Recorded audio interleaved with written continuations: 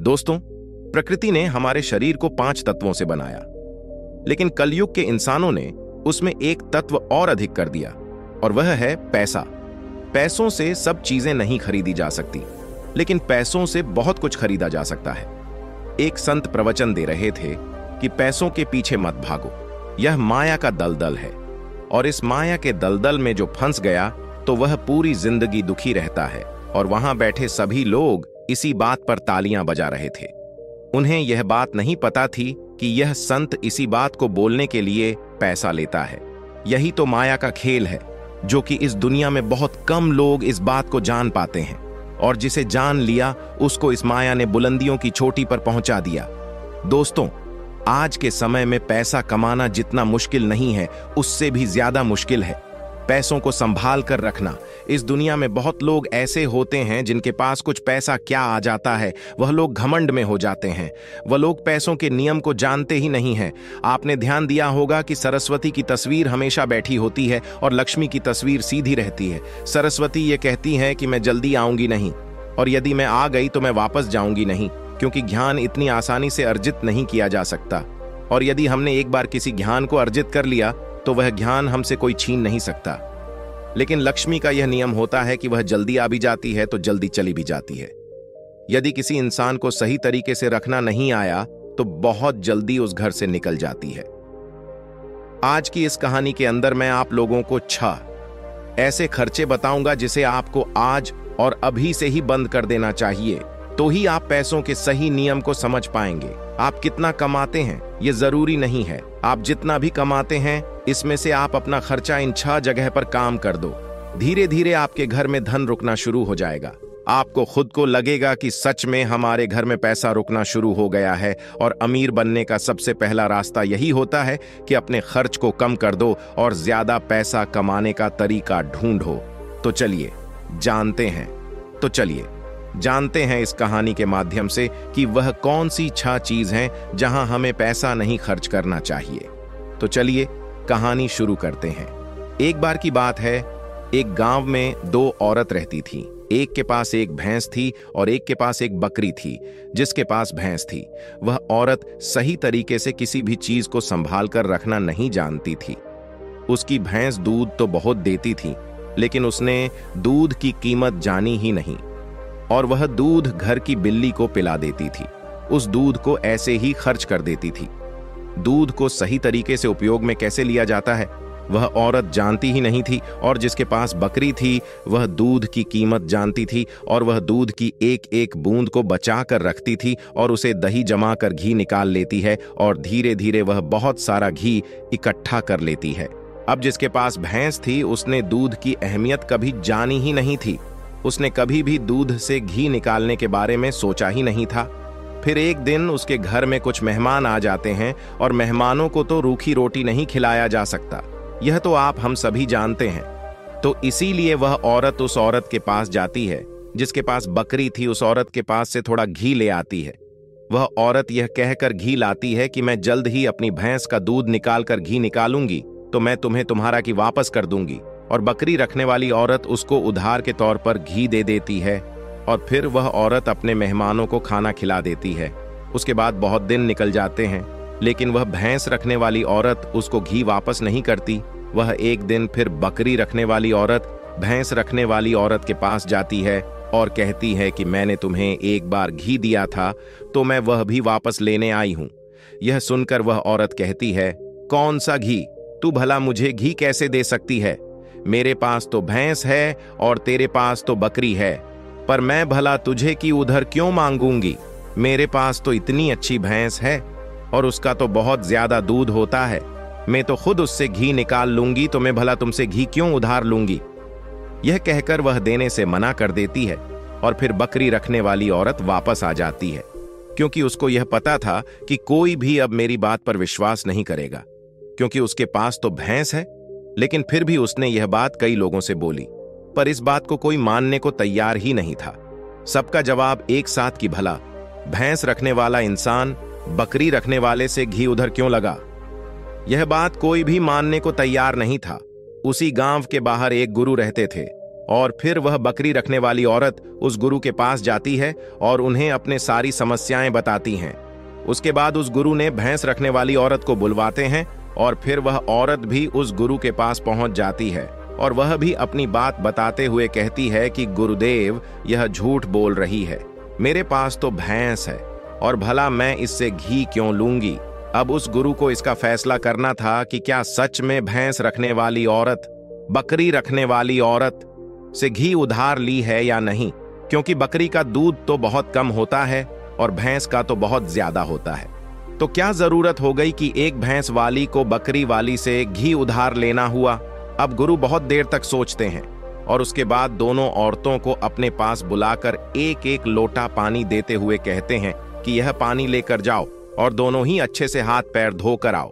अब एक लोटा पानी देखकर भैंस रखने वाली औरत कहती है कि गुरुदेव, सिर्फ एक लोटा पानी से हाथ पैर कैसे धो पाऊंगी। लेकिन बकरी रखने वाली औरत उस लोटे को लेकर चली जाती है और वह अच्छे से अपने हाथ पैर धोती है और उसके बाद भी वह लौट के अंदर कुछ पानी बचा भी लाती है और वापस गुरु के पास आ जाती है। लेकिन वह भैंस रखने वाली औरत लौटा लेकर जाती है और उसने तो सिर्फ अपना हाथ धोया और उस लौट को खाली करके वापस ले आती है।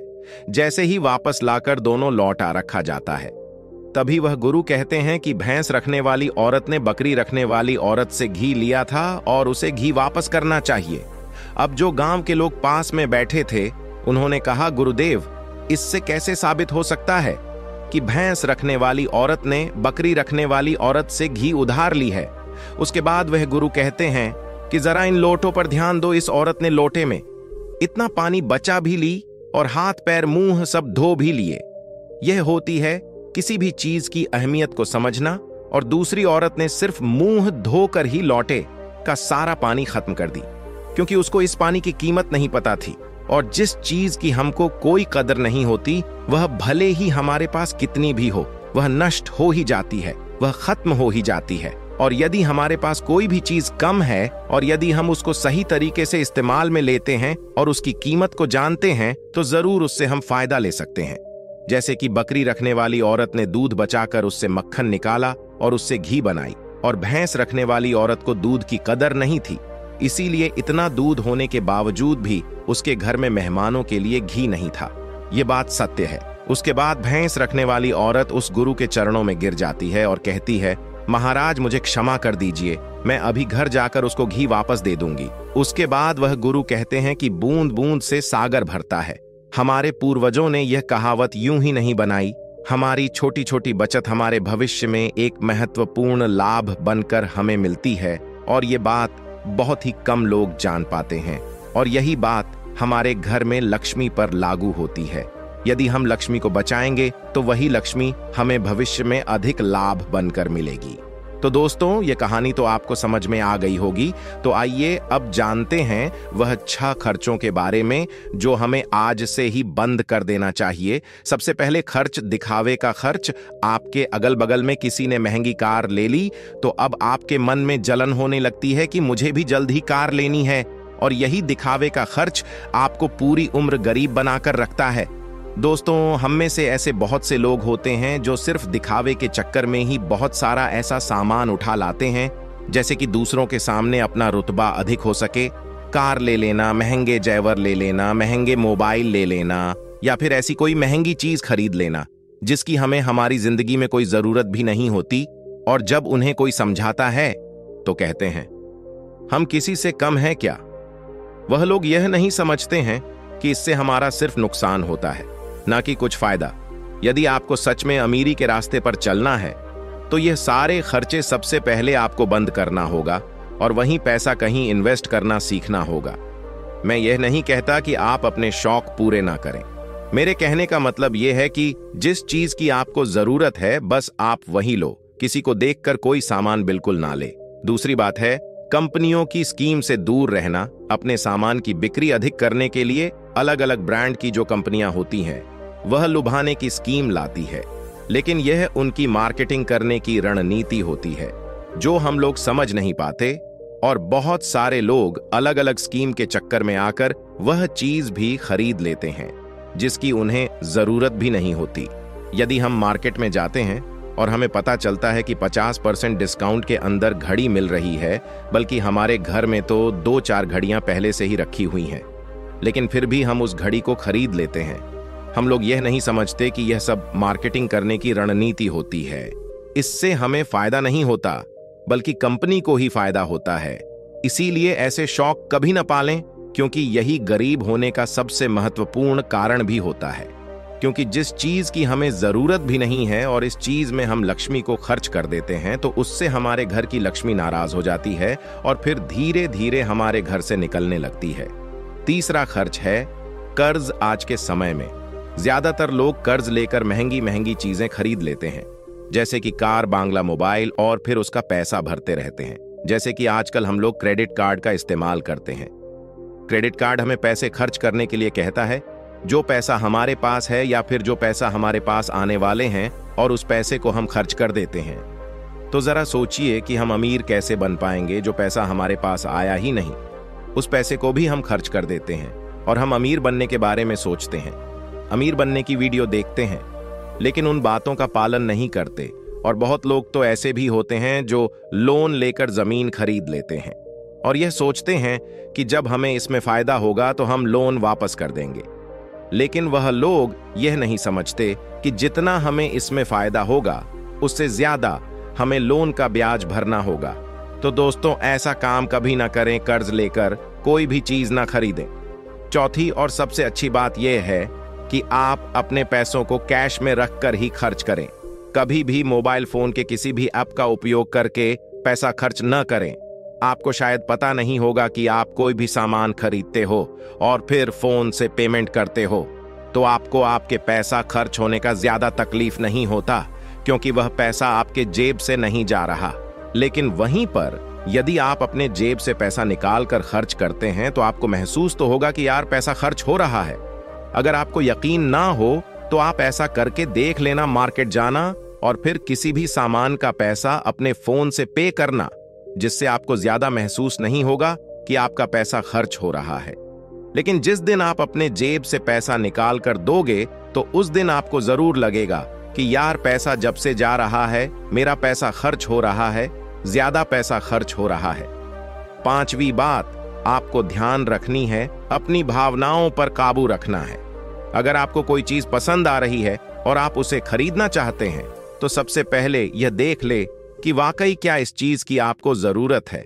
क्योंकि बहुत से लोग कोई चीज पसंद आने पर उसे तुरंत खरीद लेते हैं। कई बार तो ऐसा भी होता है कि कोई स्कीम वाले आते हैं जो हमें लुभाने वाली चीज लेकर आते हैं और हमें वह चीज पसंद आ जाती है और हम उसे तुरंत खरीद लेते हैं। तो हमें ऐसी चीजों को लेने से बचना चाहिए। हमें ऐसी चीज नहीं लेनी चाहिए, बल्कि हमें सिर्फ ऐसी ही चीज लेनी चाहिए जिसकी हमें जरूरत हो। छठी और आखिरी बात यह है कि कभी भी कोई भी शौक ना पाले। आपको शायद इस बात का पता होगा कि हमारी दुनिया में महंगाई का सबसे महत्वपूर्ण कारण शौक है। आज के समय में साधारण 10,000 का फोन आ रहा है और वहीं पर 2 लाख का भी फोन आ रहा है। दोनों में फर्क इतना है, किसी को 10,000 का फोन रखने का शौक है तो किसी को 2 लाख का रखने का शौक है। हाँ, यह पर आदमी की अमीरी भी दर्शाती है, क्योंकि अमीर आदमी महंगा फोन रखेगा तो लगेगा कि वह अमीर है, तो यह शौक ही तो हुआ है। शौक है तभी तो उसने महंगा फोन रखा है। इसीलिए महंगाई का कारण है शौक, और किसी भी चीज की महंगाई नहीं है। और इसीलिए लोग समय समय पर शौक वाली चीजें बनाते रहते हैं। अच्छी अच्छी चीज बनाकर हमें लुभाने के लिए लेकर आते रहते हैं, ताकि हमें वह चीज पसंद आ जाए और हम उसे तुरंत खरीद लें, क्योंकि उन्हें पता है कि ना लोगों का शौक खत्म होगा और ना ही उनका मार्केटिंग बंद होगा। तो इसीलिए अपने शौक पर काबू करें। जितना हो सके कम शौक करें, क्योंकि शौक करने से हमारी जिंदगी नहीं चलेगी, बल्कि मेहनत करने से और पैसे को अपने पास सेव करने से जिंदगी चलेगी। क्योंकि आज के समय में पैसा ही सब कुछ है। भले ही आज बहुत से लोग हमसे यह कहते हैं कि पैसा ही सब कुछ नहीं होता, लेकिन यदि उनकी जिंदगी में सही तरीके से ध्यान रखकर देखा जाए तो उनके लिए पैसा ही सब कुछ होता है। वह पैसों के लिए ही इधर उधर भाग रहे हैं और हमें कहते हैं पैसों के पीछे मत भागो। तो दोस्तों, इस वीडियो में कुछ फिजूल खर्च बताने की कोशिश की है हमने, ताकि उन खर्चों को आपको कंट्रोल में करना चाहिए, ताकि आपके पास पैसा बचे और जरूरत के समय वह पैसा आपके काम आ सके। और वह पैसा जब जरूरत के समय हमारे काम आता है तो हमारे दिल को जो शांति मिलती है वह सच में बहुत ही अद्भुत शांति होती है।